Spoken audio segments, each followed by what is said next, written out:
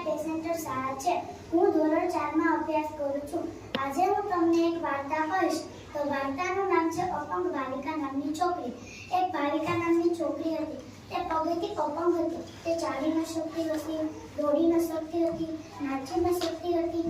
એક દિવસ તે સ્કૂલે ગઈ. તેણે જોયું તો બધા બાળકો રમી રહ્યા હતા. તેણે વિચાર્યું, હું પણ દોડી શકતી હોત, ચાલી શકતી હોત, નાચી શકતી હોત તો મારા પણ દોસ્તો હોત અને હું પણ રમી શકતી હોત.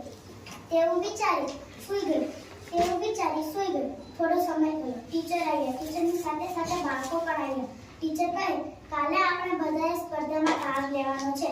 બધા કહે, હા. એક બબલુ નામનો છોકરો હતો. તે બોલ્યો, ટીચર, ભાવિકા નહીં લઈ શકે.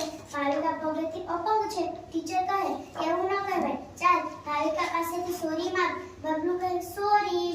બેર પડ્યો. બધા સ્કૂલેથી ઘરે જવા માંડ્યા. પણ ભાવિકા સ્કૂલ ઘરે ન ગઈ. તેના બગીચામાં એક ટેબલ હતી. ત્યાં જઈ તે બેઠી. તે આમ તેમ જોઈ રોવા માંડી. થોડો સમય થયો. તેને ચૂચું કરતો અવાજ આવ્યો. તેને આમ જોયું તેમ જોયું પણ કશું ન મળ્યું.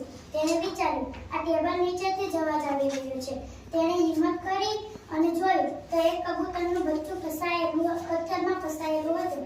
તેણે કહ્યું, હજુ તું બહુ નાનું છે. કદાચ તું મારામાંથી પડી ગયું છે. ચાલ, હું તારી મદદ કરું. એમ કહી ભાવિકાએ કબૂતરના બચ્ચાને તેના માળામાં મૂક્યું. થોડો સમય થયો. બચ્ચાની માં આવી. તેણે કહ્યું, તારો ખૂબ ખૂબ આભાર. તે મારા બચ્ચાની મદદ કરે. હું તને એક ભેટ આપવા માંગુ છું. એવું કહી બચ્ચાની માં માળામાં જાય છે. માળામાંથી એક સોનાના જાદુઈ બૂટ લાવે છે.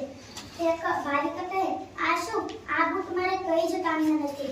આ બૂટ હું ચાલી શકતી નથી, દોડી શકતી નથી, તો મારે આ બૂટ શું કામના?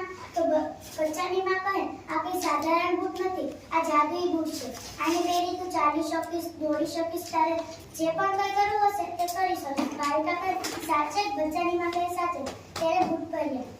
તેણે ચાલવાનું શરૂ કર્યું. તે ચાલી શકી. દોડવાનું શરૂ કર્યું તો તે દોડી શકીશ. તે ખુશી ખુશી ઘરે ગઈ. તેના મમ્મી પપ્પા તેને જોઈ અને ખૂબ જ ખુશ થયા. તેણે કહ્યું, આ બધું કેવી રીતે થયું? ભાવિકાએ આખી વાત કહી. બીજા દિવસે તે સ્કૂલે ગઈ. તેણે જોયું તો બધા સ્પર્ધામાં ભાગ લેતા હતા. તેણે વિચાર્યું, હું પણ લઉં. તેણે ભાગ લીધો. તેને બધી સ્પર્ધામાં પહેલો નંબર આવ્યો. ટીચર કહે, ભાવિકા, આ બધું કેવી રીતે થયું? ભાવિકાએ ફરીથી આખી વાત ટીચરને કહી.